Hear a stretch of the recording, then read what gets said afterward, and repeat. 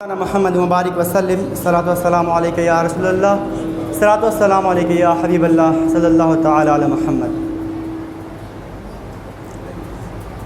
अल्लाह ताला कुरान शरीफ में एक बार नहीं बल्कि न जाने कितनी जगह अल्लाह ताला ने फरमाया वक़ीमुस्सलात वतु ज़कात, यानी नमाज कायम करो और ज़कात दो। और ये दोनों का दोनों फ़र्ज़ है। नमाज तो हर के ऊपर फ़र्ज़ है और ज़कात उनके ऊपर फ़र्ज़ है जो मालदार लोग हैं। तो ये दोनों का दोनों फ़र्ज़ है, दोनों में से कोई एक करेंगे तभी गुनहगार हो जाएंगे, दोनों का दोनों करना पड़ेगा। तो ये ज़कात का क्या इम्पोर्टेंस है हमारे लाइफ में, अल्लाह के रसूल सल्लल्लाहु अलैहि वसल्लम ने क्या बताया इसके बारे में, आज थोड़ा सा इस बारे में हम लोग जानेंगे। मैं आप सबसे रिक्वेस्ट करता हूँ, आप सबसे अपील है कि आप लोग मेरी बातों को ध्यान से सुने और थोड़ा इस पर तवज्जो दें और समझने की कोशिश करें। एक सहाबी हैं हज़रत सालबा रज़ियल्लाहु ताला अन्हु, बहुत ही गरीब रहते हैं, बहुत ही गरीब। गरीब का ये आलम है कि जब ये नमाज़ पढ़ने आते हैं मस्जिद नबवी में, तो नमाज़ तो पढ़ते ज़रूर है आप सल्लल्लाहु अलैहि वसल्लम के पीछे, लेकिन बस सलाम होता है, सलाम फिरने के बाद आप दुआ में शामिल नहीं होते और फ़ौरन घर चले जाते हैं। इनका ये रूटीन रहता है। अब कुछ सहाबा लोगों ने सोचा कि ये क्या मतलब हुआ कि दुआ में शामिल नहीं रहते हैं, बस सलाम फेरे और चल दिए। तो इनकी शिकायत जो है ना, कुछ सहाबा लोगों ने मिल करके अल्लाह के रसूल सल्लल्लाहु अलैहि वसल्लम से कर दी। तो अल्लाह के रसूल ने इनको बुलाया, और बुलाया क्या, आपने कहा कि सालबा आज नमाज के बाद थोड़ी रुक जाना, कुछ बातें करनी है, तुम्हारे खिलाफ़ कुछ मुझे शिकायत मिली है, लिहाजा रुक जाना। बहरहाल नमाज ख़त्म हुई, ये रुक गए। फिर अल्लाह के रसूल ने पूछा, ये बताओ नमाज जैसे ही ख़त्म होती है, सलाम फेरने के बाद तुम फ़ौरन निकल जाते हो, आखिर माजरा क्या है?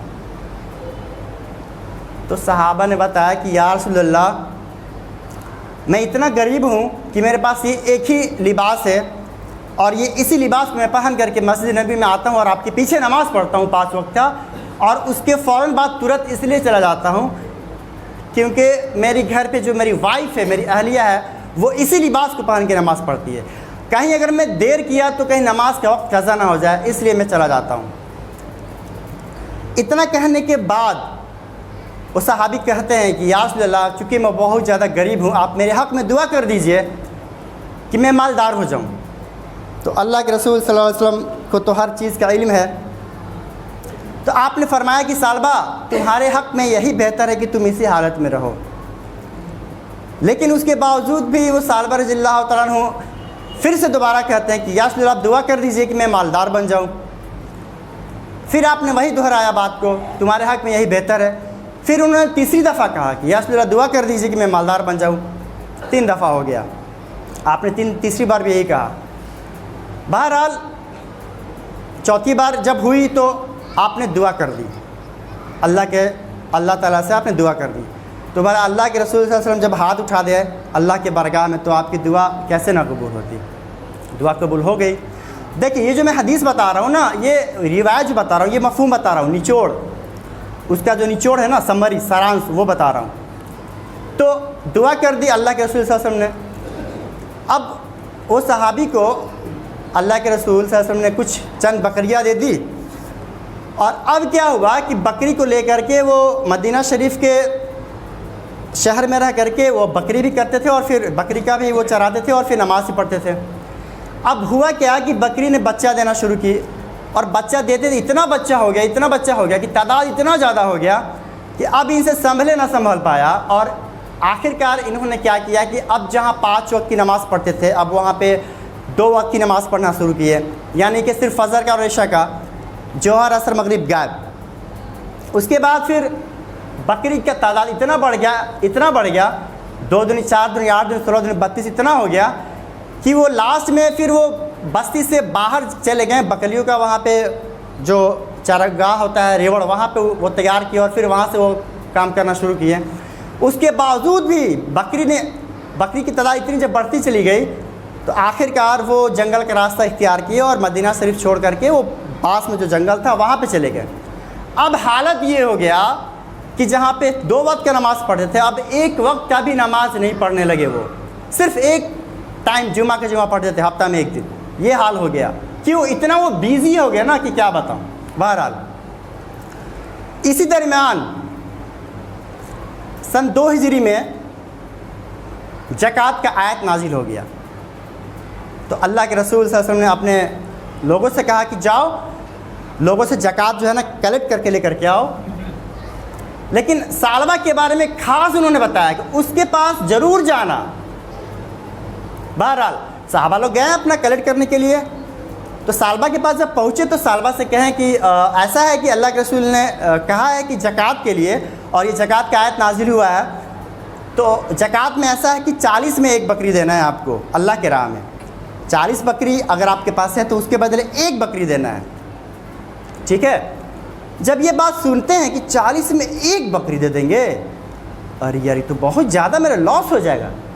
देखिए क्या सोच उनको शॉक लग गया, मतलब सदमा लग गया, जैसे हार्ट अटैक हो रहा था। यार 40 में 1 बकरी तो बहुत, फिर यार बहुत, 1 बकरी तो यार बहुत ज़्यादा कीमत होता है। उन्होंने ये कह के लौटा दिया साहबा को कि ठीक है जाइए मैं सोचूंगा, जाइए मैं सोचूंगा, जैसा होगा फिर करूंगा।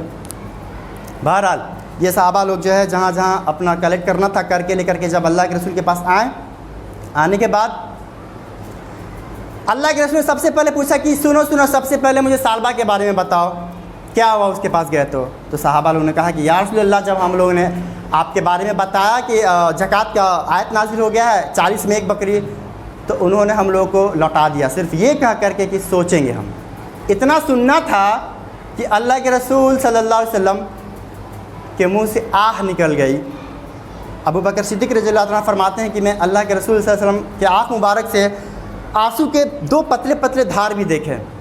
और आपने ये कहा, अल्लाह के रसूल ने ये कहा कि सालबा तो हलाक हो गया, सालबा तो हलाक हो गया। बाद में उन सालबा को अफसोस हुआ और वो ये ध्यान आया कि अरे मेरे पास तो कुछ भी नहीं था, मैं तो बहुत गरीब था मदीना शहर का, और ये जो मेरे पास माल आज हुआ है तो अल्लाह के रसूल सल्लल्लाहु अलैहि वसल्लम के दुआ से ही, उनके दुआ की बरकत से ही तो हुआ है। लास्ट में वो लेकर के आते हैं, बकरियों के लाइन लगा देते हैं, जितना ज़कात का जो भी मिकदार होता है ना वो लेकर के आते हैं, या शायद उससे भी ज़्यादा लेकर के आते हैं। आने के बाद आप कहते हैं कि या रसूल अल्लाह, ये मैं लेकर के आया हूँ ज़कात। तो अल्लाह के रसूल ने क्या कहा ज़रा सुनिए। मुझे तो ना बताना, मैं तो सब जानता हूँ ना।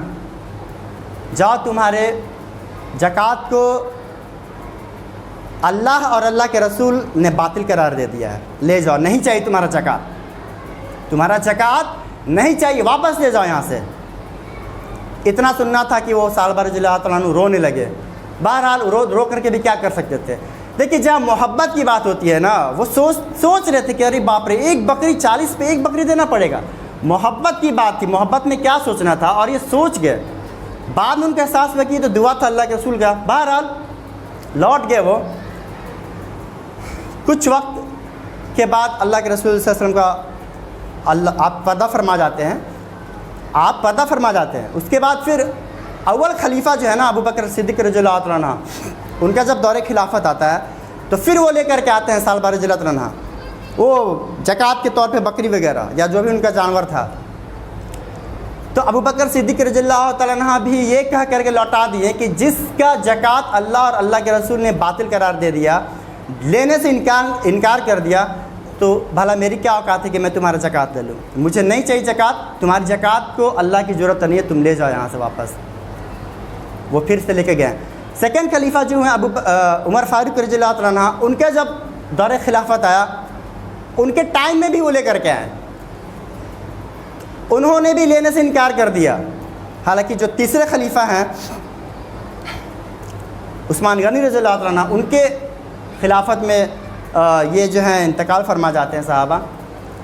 तो हुआ क्या यहाँ पे कि दूसरे खलीफा जो थे उन्होंने भी जब उनके ज़कात को लेने से इनकार कर दिया तो वो जंगल में चले जाते हैं और चले जाने के बाद इतना अफसोस करते हैं कि हाय मैंने क्या किया, मैं खुद को हलाक कर डाला। लास्ट में वो खाक उड़लते थे अपने सरों पे, खाक मिट्टी, अफसोस के मारे, जो इतना पश्चाताप हुआ उनको, इतना अफसोस हुआ ना। तो कहने का मतलब ये है कि माल दिया है अल्लाह ताला ने, तो अल्लाह ताला ने जब माल दिया है तो अल्लाह के राह में खर्च करें। मिनिमम कितना? शरीयत के अनुसार 2.5% है। शरीयत में 2.5% बताया गया है। एक तरफ नमाज ही पढ़नी है, 5 वक्त की नमाज पढ़नी है, चाहे वो रमज़ान हो या कोई और मौसम या महीना हो, उससे मतलब नहीं है। हाँ, ये और बात है कि रमज़ान के महीने में सवाब ज़्यादा हो जाता है। लोग आते हैं रमज़ान में नमाज़ पढ़ते हैं लेकिन बाद में नमाज़ नहीं पढ़ते, वो क्यों मुझे नहीं पता, लेकिन अगर ऐसा करते हैं तो गलत करते हैं। बहरहाल तो वो खाक डालते हैं, खाक। तो आप लोगों ने देखा इस चीज़ को सुन करके कि अल्लाह ने जब माल दिया है तो फिर अल्लाह के राह में क्यों नहीं दिए? वो इस्लाम इतना बेहतर चीज़ है ना कि इसके बारे में मैं बताऊं कि जो अमीर है ना, अमीर है तो बांटो और गरीब है तो लो, सब बराबर। क्यों? अगर हम गरीब हैं ना तो फिर हम मांगेंगे, और आप अमीर है तो हमको आप दीजिए, ताकि सबका लेवल बराबर रहे, सेम रहे। तो ज़कात का इतना बड़ा फ़र्ज जो है ना ही देने का इतना बड़ा गुनाह है। और जो लोग अपनी ज़कात नहीं निकालते हैं सही हिसाब किताब लगा करके, तो फिर आखिरत में उनका हिसाब होना तय है, इसमें कोई शक की बात नहीं है। और ज़कात देने से माल बढ़ता है, घटता नहीं है। अगर मेरे पास 100 रुपया है ना तो 100 रुपये में ज़कात कितना होगा? 2.5 रुपया होगा। 100 का 40 मतलब कितना? 40% 2.5 रुपया हो गया ना। 100 में 2.5 रुपया, ठीक है। तो अब बात यहाँ ये है कि अगर हम 100 में 2.5 रुपया दे देते हैं अल्लाह की राह में, तो 100 में बढ़ा तो नहीं, घट गया ना, 97.5 रुपया हो गया। दिख तो गया कि घट रहा है, पर वो होता क्या, वो बढ़ जाता है बातनी तरीके से। मिसाल के तौर पे जैसे कुएं का पानी है, आप जितना निकालते हैं ना पानी कुएं से, उतना फ्रेश पानी नीचे से ताज़ा ताज़ा पानी आता है कि नहीं? दूसरा मिसाल ले लीजिए, वो जो पेड़ होता है, पेड़ उसका जो तना होता है या शाख कह सकते हैं, बहुत जगह इधर उधर निकला रहता है, जितना आप काटेंगे उतना तेज़ी से ऊपर आता है। तो बात यहाँ पे ये है कि ज़कात देना जो है ना वो ज़रूरी है। ज़कात नहीं देने पे फिर गिरफ्त हो जाएगी अल्लाह के राह में। और ज़कात दे तो कहाँ दे? अब सवाल ये उठता है, तो ज़कात वहाँ दे जिसको आप जानते हैं, पहचानते हैं कि वाकई ये गरीब है। ऐसे नहीं दे दीजिए कि बस जाना पहचाना नहीं और दे दिया ऐसे ही। सही वक्त पे और सही जगह पहुँचाना, ये हमारी जिम्मेदारी बनती है। मैं अपने बारे में बताऊं कि मेरा घर हुआ गढ़हनी, और मैं सेमराव +2 हाई स्कूल में एज ए गेस्ट टीचर हूं। और गढ़हनी में थोड़ा सा मैं इसके पहले भी 2 हफ्ते पहले आया था तो कुछ बताया था, तो मैं अभी उसको रिपीट करना चाहूँगा थोड़ा। आपके मस्जिद में ये इश्तिहार इसके पहले ये टंगा हुआ था। गढ़हनी का ये खानकाह है, खानकाह चिश्तिया, ठीक है।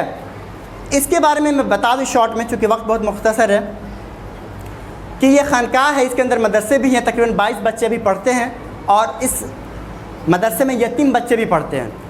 और इस खानकाह में ये भी काम होता है कि जो भी गरीब हैं, यतीम हैं, मिस्कीन हैं और बेवा औरतें हैं, यहाँ से उनको हर महीना 1000 रुपया और 500 रुपये दिया जाता है, हर महीना कैश। इसके अलावा उनको यहाँ से अनाज वगैरह भी दिया जाता है। वही आप ठंडी के मौसम में यहाँ से कंबल वगैरह, स्वेटर वगैरह भी दिया जाता है।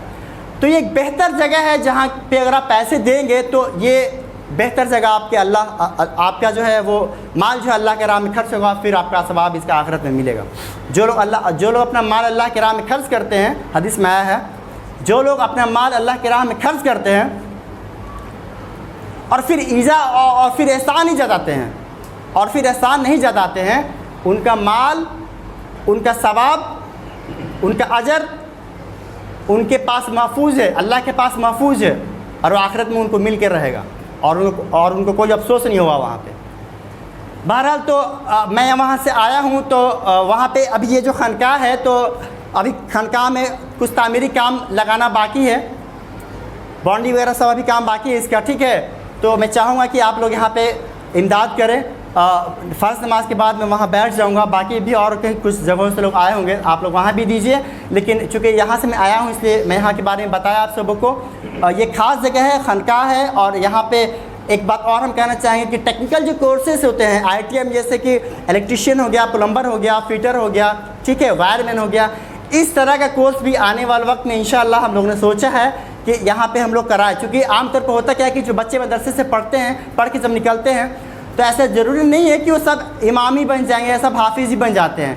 तो ऐसा क्या किया जाए कि दीन और दुनिया दोनों में काम आ जाए। तो इसलिए हम लोग ऐसा सोचे हैं कि ये दीनी और दुनियाई दोनों पढ़ाई हो। पढ़ाई में जो होता है यहाँ पे दीनी पढ़ाई जो होता है अरबिक होता है, हिफ्ज़ की होती है पढ़ाई, और इसके अलावा फ़ारसी होती है, हदीस दुनियात तो होती है। साथ साथ हम लोग यहाँ पे जो पैटर्न लेके चलते हैं वो CBSE बोर्ड का पैटर्न लेके चलते हैं। इंग्लिश भी पढ़ाई होता है, मैथ साइंस भी पढ़ाई होती है, हिंदी पढ़ाई होती है। इतनी तरह की पढ़ाई की फैसिलिटी यहाँ पे है। लास्ट में मैं कहना चाहूँगा कि आप लोग के इस गांव में कायम नगर में जो भी बच्चे हैं उस लायक जो आप लोग पढ़ाना चाहते हैं इस खानकाह में, तो आप लोग वहाँ पे भेजिए। यहाँ पे कॉन्टैक्ट नंबर लिखा हुआ है, यहाँ पे मौलाना फ़खरुज्जमान साहब एक है वहाँ पे, और यहाँ पे मेरा ये नंबर लिखा हुआ है। अल्लाह ताला हम सबको इन सब बातों पे कर अमल करने की तौफीक